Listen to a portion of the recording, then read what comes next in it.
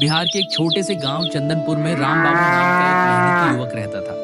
गांव के चारों तरफ हरे भरे खेत, कच्ची सड़कें और शाम को लौटती हुई गाय भैंसों की घंटियों की आवाज गूंजती रहती थी। राम बाबू के पिता किसान थे, लेकिन खेती से घर ठीक से नहीं चलता था। राम बाबू को अपनी माँ के हाथ का मटन बनाना बहुत पसंद था। माँ ऐसे मसाले डालती थी कि पूरा मोहल्ला खुशबू से भर जाता। एक दिन राम बाबू ने कहा, अम्मा क्यों ना हम अपने मटन का ठेला लगाए, गांव वाले भी खाएंगे और कमाई भी होगी। अगले ही हफ्ते पीपल के पेड़ के नीचे एक छोटी सी ठेली लग गई।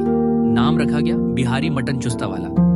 राम बाबू सुबह सुबह हाट से ताजा मटन लाते, खुद लकड़ी के चूल्हे पर पकाते। देसी मसाले, सरसों का तेल और धीमी आंच पर पका हुआ मटन इतना चुस्ता, मुलायम और मसालेदार होता कि लोग उंगलियां चाटते रह जाते। धीरे धीरे आसपास के गांवों से भी लोग आने लगे।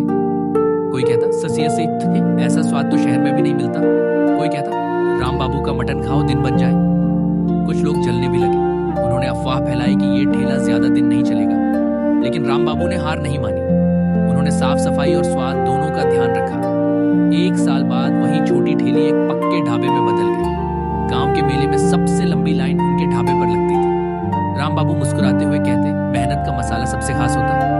और सच में बिहारी मटन चुस्ता वाला सिर्फ एक नाम नहीं रहा, बल्कि पूरे इलाके की पहचान बन गया। एक दिन गांव में बड़ा मेला लगा। सरपंच ने कहा, जब इस बार मेले का मुख्य स्टॉल राम बाबू संभालेंगे। राम बाबू के लिए यह सम्मान की बात थी। उन्होंने पूरी रात जागकर मसाले तैयार किए। अम्मा ने प्यार से कहा, बेटा स्वाद में माँ का आशीर्वाद भी डाल देना। मेले के दिन उनकी दुकान पर इतनी भीड़ लगी कि लोग लाइन में खड़े होकर इंतजार करने लगे। ढोल नगाड़ों की आवाज, बच्चों की हंसी और मटन की खुशबू, पूरा माहौल त्योहार जैसा हो गया। तभी पास के शहर से एक व्यापारी आया। उसने कहा, राम बाबू तुम्हारा स्वाद कमाल है, शहर में बड़ी होटल खोलो, मैं पैसा लगाऊंगा।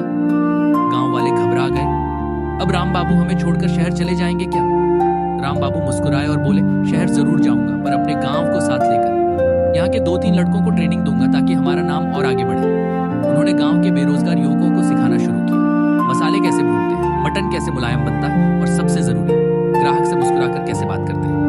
कुछ महीनों बाद पास के कस्बे में बिहारी मटन चुस्ता वाला शाखा खुली। बोर्ड पर लिखा था, ये नैन हमारी जड़ गांव में, स्वाद पूरे बिहार में। अब राम बाबू का सपना सिर्फ अपना नहीं रहा, वह पूरे गांव का सपना बन गया।